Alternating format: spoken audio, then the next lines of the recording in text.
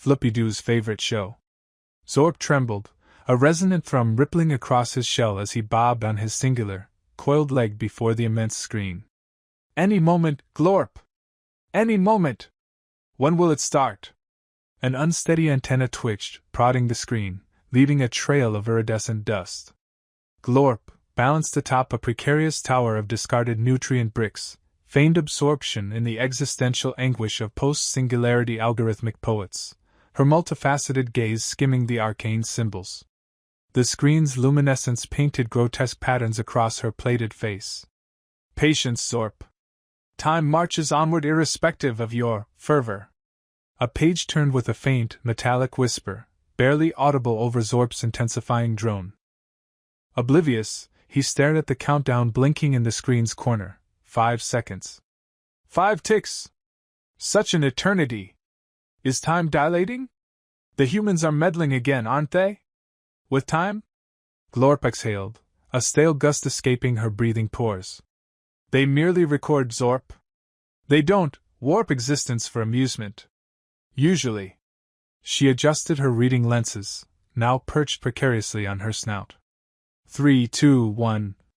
The screen erupted in a riot of light and noise. Zorp squealed with delight, his shell practically shedding itself. Glorp subtly shifted her weight on the nutrient brick ziggurat, ensuring an unobstructed view.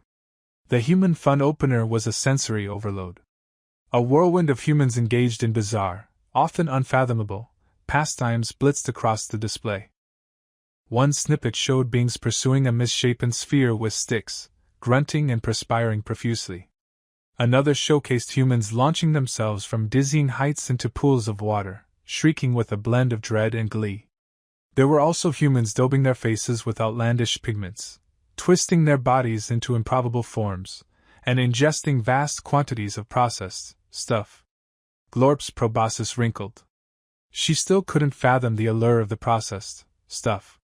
It reeked faintly of disillusionment and synthetic berry. A particularly jarring scene depicted a clutch of humans tumbling down a slope encased in colossal, inflatable spheres. Zorp burst forth in a renewed wave of excitement. Why would they do that? Why? Is it pleasure? Agony? Is it both in concert? Presumably, Glorp muttered, eyes riveted to the screen. Humans possess a singular definition of pleasure. She filed away the episode's initial montage, already crafting her sardonic rejoinders. The introductory melody climaxed, a dissonant fusion of synthesized tones and mangled human vocals, concluding with the show's title, Human Fun. Zorp nearly swooned. He flapped himself with a minuscule, opalescent wing. It's here! It's finally here! What antics await? Will they consume further things?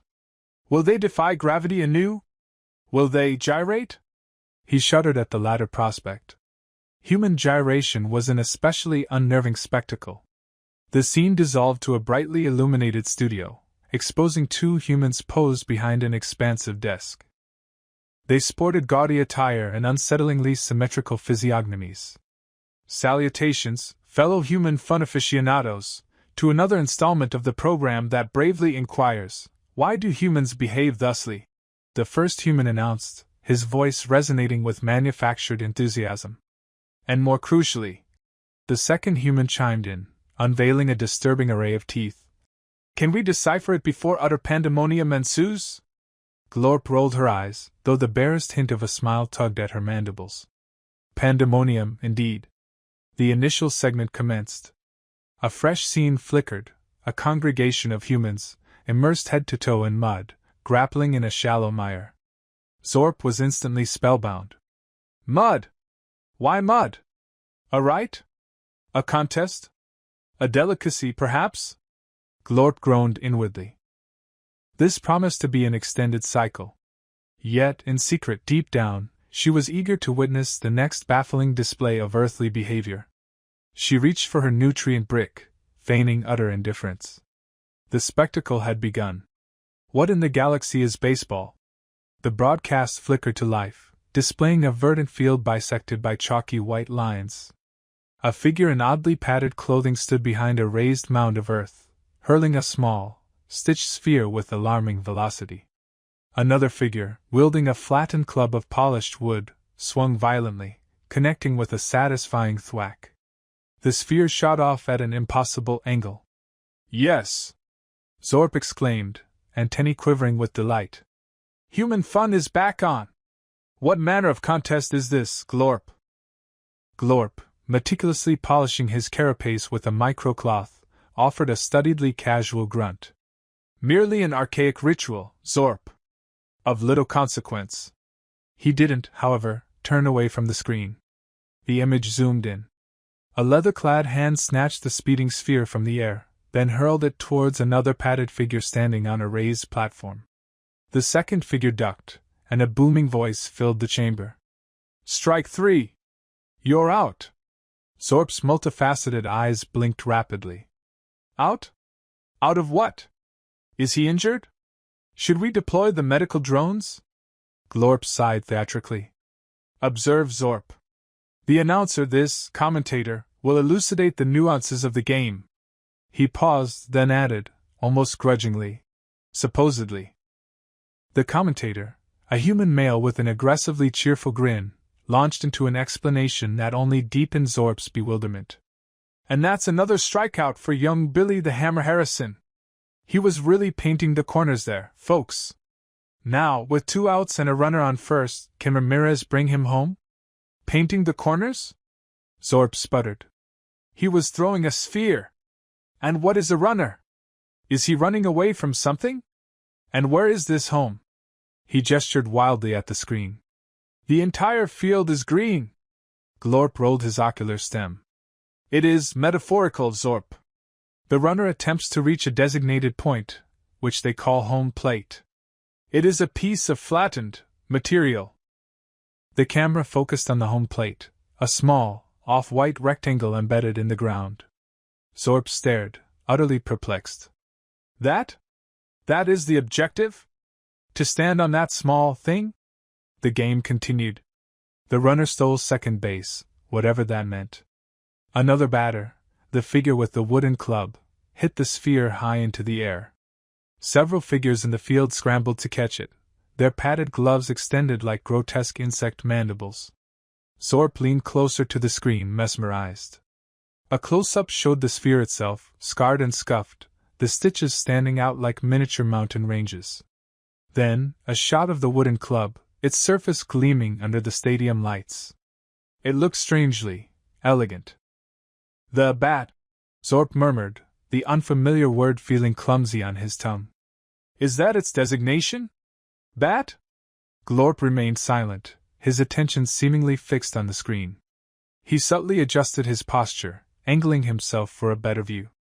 The commentator's voice rose in excitement. He swings! He connects! It's going, gone! A grand slam for Ramirez! The home team takes the lead! The crowd roared. Confetti rained down. The players slapped each other on the back with unbridled enthusiasm. Zorp turned to Glorp, his antennae practically vibrating. Glorp, explain! Explain the grand slam! What does it mean to take the lead? Is it a literal lead? Like a heavy metal? Glorp cleared his throat. It is a complex system of scoring points, Zorp. Based on arcane rules. He avoided Zorp's gaze, and for a brief moment, Zorp thought he detected a flicker of something in Glorp's usually impassive expression. Was it enjoyment? The game resumed.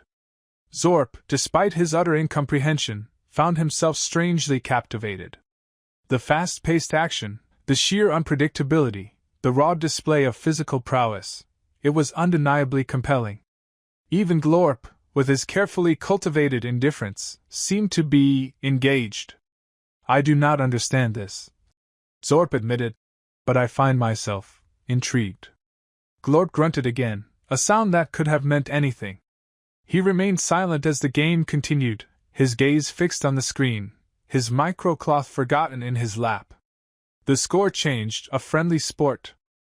Glorp adjusted his ocular lenses, feigning disinterest as the figures on the glowing rectangle scampered about. It's called baseball, Zorp. A friendly sport. Zorp's multifaceted eyes glinted. Friendly? They are attempting to bludgeon each other with projectiles.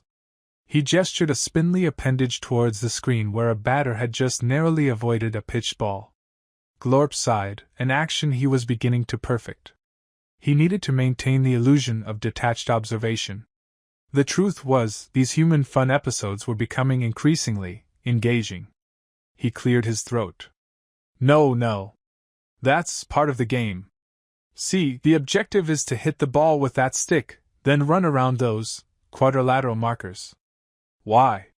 Zorp's question was laced with genuine bewilderment. Glorp struggled. Because, if they reach all four, they score a point. It's called a run. He remembered a previous episode where the commentator had used that term. Fascinating, he muttered. But what if they fail to hit the ball? Then it's a strike. Glorp pointed. See that counter? 3 strikes and they're out. Zorp's head tilted. Out of where? Out of the game? Banished to the void for failing to hit a small sphere? Glorp suppressed a shudder. He recalled another episode. Someone had shouted, "You're out of here!" and then pointed aggressively. It seemed excessive. Not exactly the void, Zorp. Just, they can't hit anymore.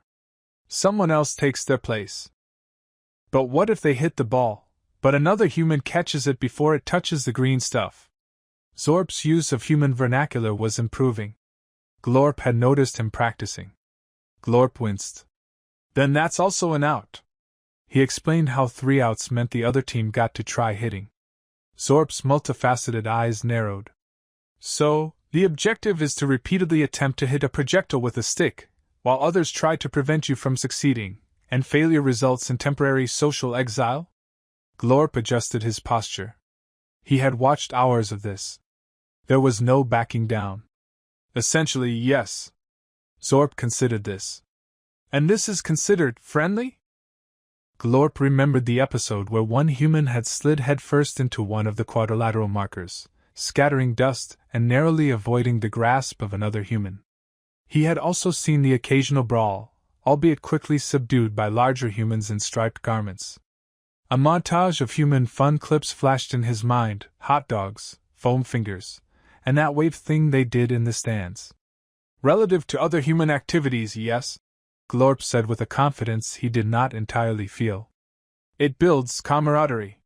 He paused, searching for a better word. And competition.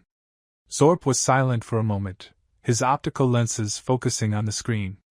A figure in a blue uniform was now hurling the ball at another, who swung and missed spectacularly. Perhaps, Zorp finally said, the goal isn't the hitting of the sphere, but that controlled frustration of failure. A ritualistic dance of disappointment. Glorp hadn't considered that. The commentator had never mentioned that. It was an unexpectedly insightful observation from Zorp. Before Glorp could respond, Zorp added, maybe the true winner is the one who displays the most stoic acceptance of their inevitable defeat. Glorp snorted, the sound surprisingly loud in the confined space. I doubt that's the message they're trying to convey. He pointed at the screen again. A player had just hit the ball, sending it soaring over the heads of the defending team. The crowd roared. See? Exuberant displays of victory. That's what they celebrate. Zorp remained unconvinced. Perhaps they are merely masking their deep-seated existential dread with loud noises and carbohydrate-laden snacks. Glorp decided to change the subject. Do you want to try some of that peanut-covered candy humans seem to favor? Zorp shuddered. Those earth nuts? No, thank you. I prefer to contemplate the subtle nuances of simulated aggression. It is far less messy. Ouch. That doesn't look friendly. The sphere, a blur of white against the azure sky, hurtled toward the biped. Zorp's multifaceted eyes struggled to track its trajectory. It was traveling at an alarming velocity, far exceeding what seemed necessary for a friendly game. Then thwack. The sound, sharp and brutal, echoed across the manicured green expanse. The biped, previously poised with a long, polished stick, crumpled.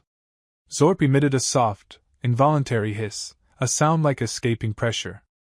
Ouch!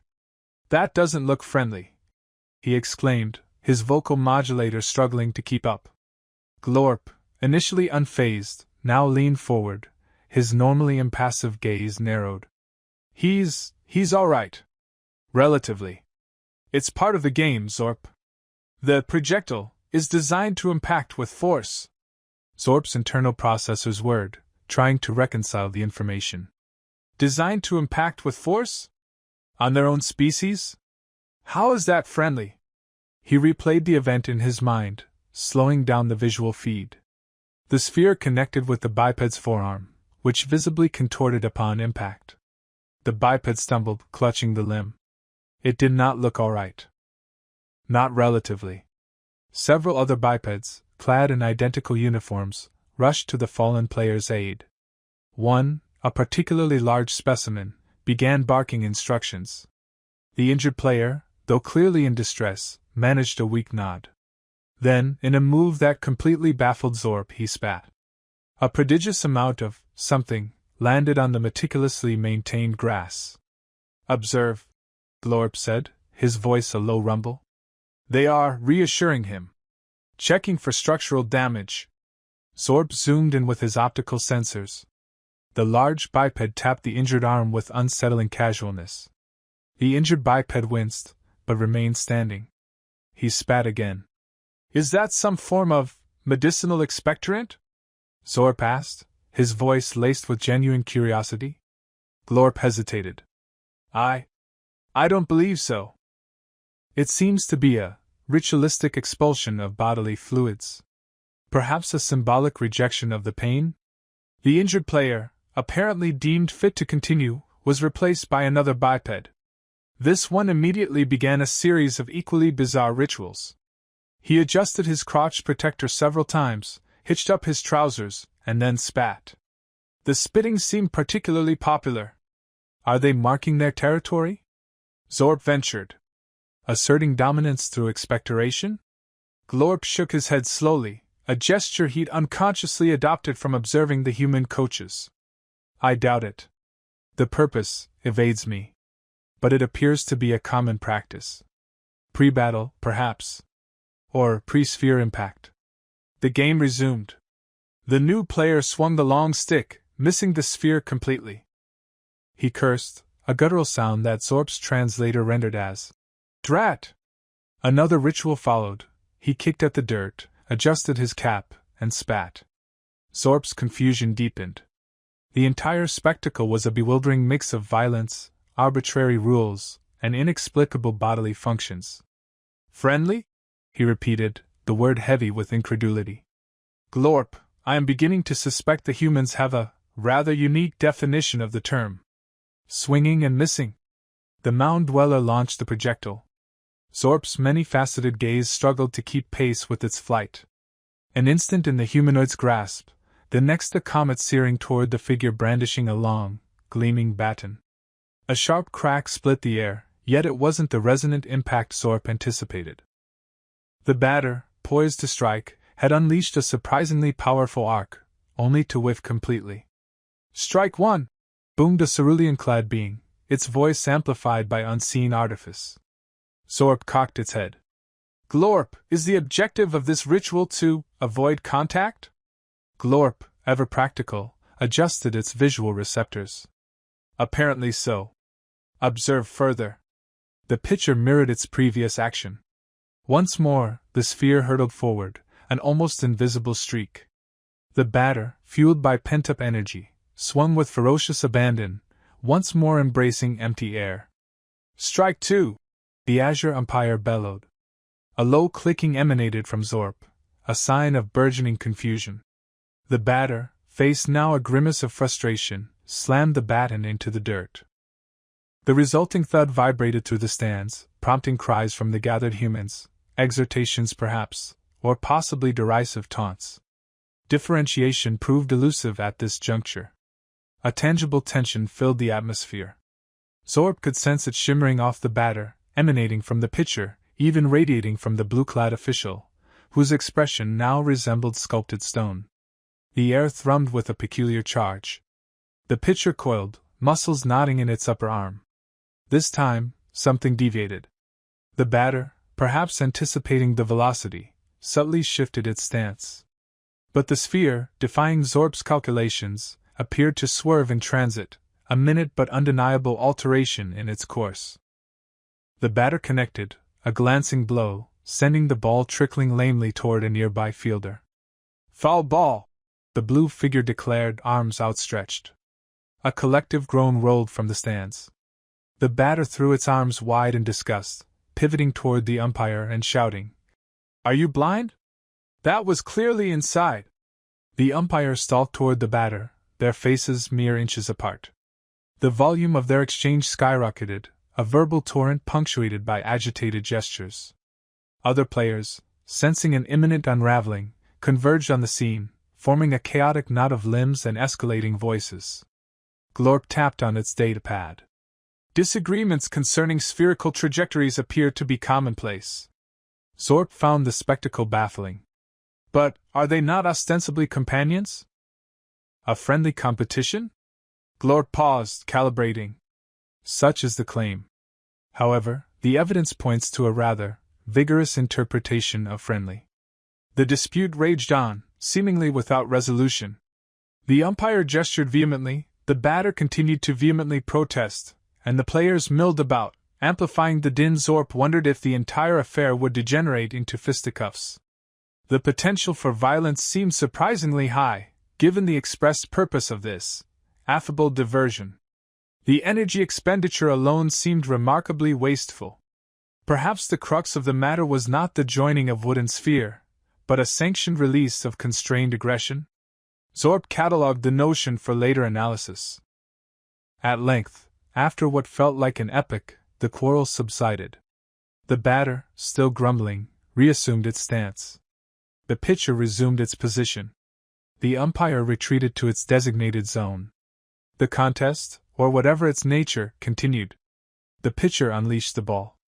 The batter swung. And missed. Again. "Strike 3!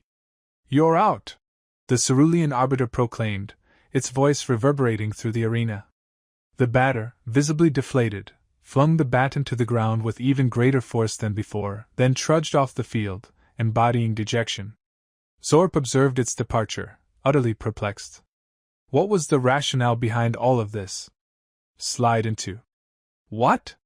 A cloud of ochre dust erupted, momentarily swallowing the sprinting figure as it aimed toward the designated zone of safety.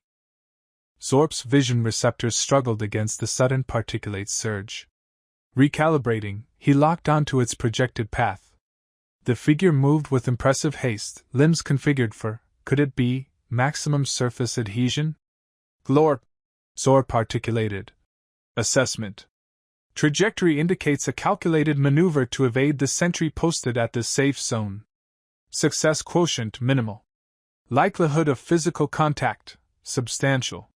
Glorp, perched on a less sullied portion of the tiered seating structure, tweaked his many-faceted visor. Affirmed. Velocity increasing exponentially. Ground adherence surprisingly reduced given the surface composition. Predicted impact energy considerable. Potential for structural compromise to either participant elevated. The figure, now consumed by a swirling vortex of reddish-brown earth, was sliding. The spectacle was compelling. Zorp registered a flicker of something novel. A nascent data stream, tentatively labeled suspense, scrolled through his cognitive matrix. Then it unfolded. A blur of tumbling limbs and soil, the sliding figure collided with the stationary one. Zorp's processors slowed the event, frame by excruciating frame. The sickening thwack of contact, the dull percussion of bone against cushioned material? The sentry swayed, limbs windmilling, before toppling backward in a plume of disturbed earth. The slider, its momentum spent, flipped onto its back, extremities flailing briefly skyward. A ripple of apprehension? Zorp had witnessed human competitive rituals before, and this resembled the prelude. Preparing to document the anticipated clash, he amplified his audio input to capture the expected guttural cries and belligerent pronouncements. Glorp, ever the pragmatist, declared the obvious. Collision achieved.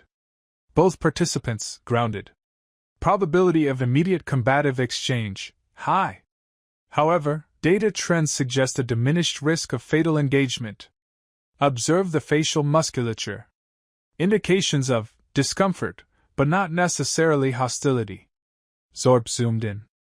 The stationary figure, now upright, was brushing grime from its chest. Its face was indeed distorted, but the expression, not fury. More akin to bafflement? Then an anomaly. The prone figure extended an appendage. The upright one seized it.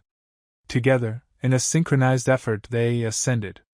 Zorp's processors spun, struggling to reconcile the observed behavior with his compiled knowledge of human interaction.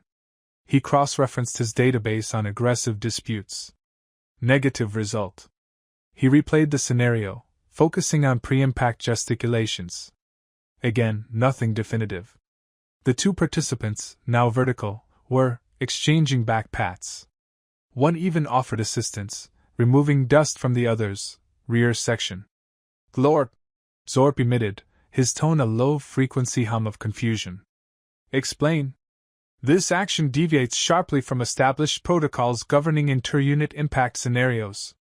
Glorp recalibrated his visor. Revised data. The impact, while substantial, appears accepted. Perhaps even anticipated? Observe the surrounding participants. They are smiling. Some are generating vocalizations suggestive of amusement. Zorp scanned the field. Glorp's assessment was accurate. Instead of preparing for conflict, they were celebrating.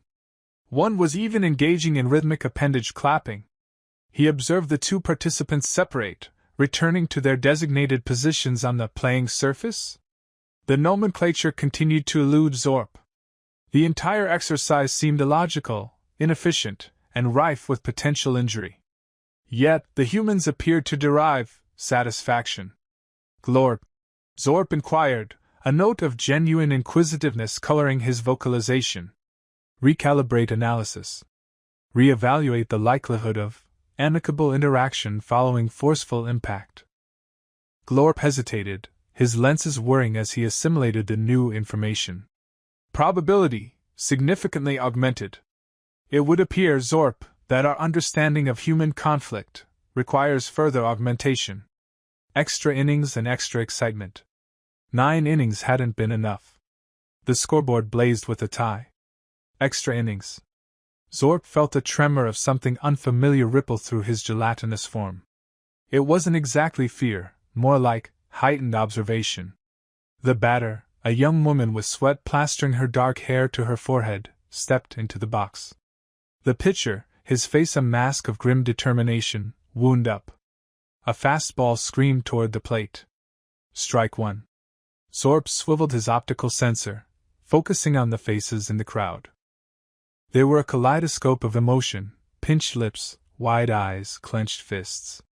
A primal roar erupted as the next pitch was fouled off, bouncing harmlessly into the netting behind home plate. Fascinating, Glorp murmured, his usually impassive voice laced with a hint of something. Was that interest? Another pitch. A swing. A crack. The ball soared high, a tiny white speck against the twilight sky. The outfielders raced back, their movements desperate. The crowd was on its feet, a wave of bodies surging forward. Zorp tracked the ball, calculating its trajectory, its velocity. It was going, gone. A deafening explosion of sound ripped through the stadium. People were jumping, hugging, screaming. The young woman who'd hit the ball was mobbed by her teammates, a swirling mass of limbs and jubilant cries. Home run, Zorp stated, his voice flat. Observe, Glorp replied, his optical sensors narrowing. But the intensity of the response. It deviates significantly from predicted models. He paused, a whirring sound emanating from his internal processing unit. Recalibrating. Zorp shifted uncomfortably on his perch. The sheer volume of human emotion was almost overwhelming. He focused on a single face in the crowd, an elderly man with tears streaming down his weathered cheeks. Why? Why this outpouring of feeling for a game? The winning team poured out of their dugout, a wave of humanity crashing onto the field. They lifted the home run hitter onto their shoulders, parading her around the diamond like a conquering hero. Confetti rained down from the stands. They appear to be celebrating, Zorp observed, stating the obvious. Glorp remained silent for a moment, absorbing the scene. The group bonding is elevated in proportion to the event. It suggests a deeper significance beyond the mere outcome of the competition. Zorp watched as the losing team trudged off the field, their heads bowed, their faces etched with disappointment. Even in defeat, there was a strange dignity, a sense of shared experience. And the losers? Zorp asked. They do not appear to be engaging in self-destruction. Negative, Glorp confirmed. They are exhibiting resilience. An unexpected variable. The stadium lights blazed, cutting through the deepening twilight. The roar of the crowd slowly subsided, replaced by a low hum of conversation. The winning team began their victory lap, waving to the cheering fans. Zorp felt a strange stirring within him, a nascent understanding of something he couldn't quite grasp. Was this what it meant to be human? To feel so deeply, to care so passionately, about something as seemingly trivial as a game? I am processing, Zorp admitted, his voice barely audible above the lingering cheers. Glorp emitted a series of rapid clicks and whirs. The data suggests that the friendly sport is not merely an exercise in physical competition. It is a cultural ritual. A bonding experience. He paused, searching for the correct term. A crucible for emotions. Home run. And a bath? The bat cracked, a sound that resonated through Zorp's carapace and vibrated in his secondary auditory receptors.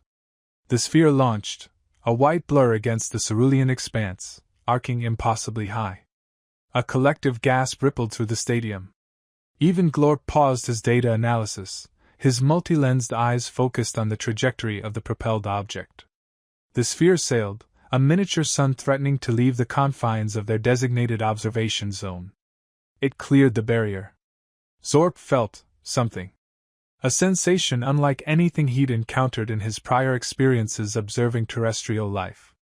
It was a tightening, a pressure in his central processing unit, accompanied by a rapid oscillation of his sensory tendrils.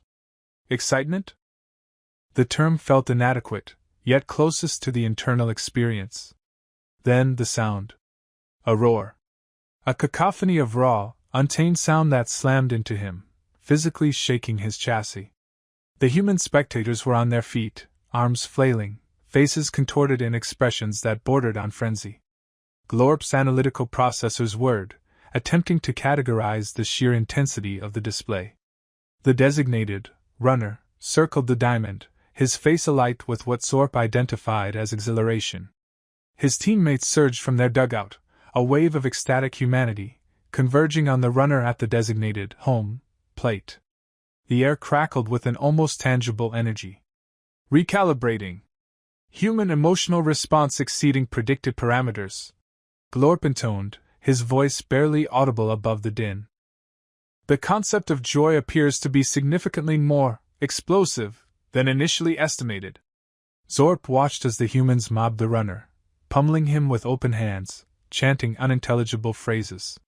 He focused on their facial microexpressions, the subtle shifts in their musculature, attempting to decipher the nuances of their behavior. He noticed something else, a shift in their collective energy, a sense of unity and shared purpose that transcended their individual identities. Then, the focus shifted. A group of players, their faces gleeful, approached an older human, the one designated as coach. They carried a large container filled with a brightly colored liquid. Zorp tilted his head, intrigued. What is the purpose of this action? He inquired, directing the query to Glorp. Glorp's lenses focused on the container. Analysis. The liquid is identified as Gatorade, a manufactured beverage. Hypothesis. The act is a ritualistic expression of gratitude, celebration? Before Glorp could finalize his analysis, the players upended the container, drenching the coach in the fluorescent liquid. The coach sputtered, his face contorted in what appeared to be surprise, followed by amusement. He then laughed, a booming sound that cut through the surrounding noise, and embraced the players. Zorp's sensory tendrils twitched again. He felt a flicker of understanding? Perhaps not understanding in its entirety, but a nascent comprehension of the complex web of emotions and rituals that governed human interaction. He observed the way the coach didn't resist, allowed himself to be drenched, and seemed to enjoy the gesture. Glorp continued, "New data suggests a reevaluation of the concept of respect. Being subjected to a drenching of brightly colored liquid may be a sign of affection?" Zorp processed the information. The humans were baffling, illogical, and utterly fascinating. He thought if he had a mouth, he might be smiling. "Perhaps," he said, "we should acquire some Gatorade for future research. Although I would prefer to remain dry during the experiment." Glarfball, a new game begins. Zorp tapped his manipulator against the smooth, cool surface of the observation dome. The human children he'd been watching for cycles were finishing their game. The dust swirled around their legs, catching the late afternoon sun in miniature orange explosions. He'd finally managed to parse their shouts, their grunts, their complex rules. "Glorp," Zorp said, his vocalizer a low hum. "I believe I am beginning to understand." "Friendly." Glorp, his multifaceted eyes swiveling from a data stream to Zorp, responded.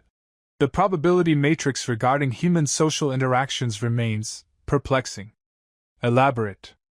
It is competition, but also respect. They try to best each other, but within defined parameters. And afterward they acknowledge each other's efforts." Zorp paused, trying to articulate the unfamiliar sensation blooming in his core. "It is stimulating." Glorp tilted his carapace. "Stimulating? An intriguing deviation from your standard assessment protocols. I will recalibrate my analysis algorithms." Zorp waved a manipulator dismissively. "Later. Now, I require assistance. I have an inspiration." The next cycle, Zorp gathered his compatriots in the central clearing of Floopy-Doo. The air hung thick and sweet with the scent of lumiflora, and the bioluminescent fungi cast an ethereal glow on the assembled aliens. "Friends," Zorp began, his voice echoing slightly in the open space, "I have witnessed something enlightening. The humans engage in a ritual they call baseball. It involves projectile propulsion, rapid locomotion, and potential for significant bodily harm." A murmur rippled through the crowd. Zorp held up a manipulator. "I have adapted this ritual. I call it Glarfball." He presented his invention, a ball woven from the soft, absorbent fibers of the groggle tree, significantly larger and lighter than a human baseball. He then showed them the bat, crafted from a flexible, hollow reed. "The objective remains similar," Zorp explained. "One individual, the pitcher, will propel the Glarfball towards another, the batter. The batter will then attempt to strike the Glarfball with the reed." "But what about the bodily harm?" queried Fleep, her antennae drooping. "Ah," Zorp said with a triumphant whir. "Here is where Glarfball excels. Firstly, the Glarfball is soft. Impact will result in, at most, mild discomfort. Secondly, instead of running between designated bases, the batter will simply perform a series of interpretive dances. The quality of the dance will be judged by the remaining players. The highest score wins." A confused silence hung in the air. Zorp stepped forward. "Allow me to demonstrate." He positioned himself as the pitcher and gestured to Glorp.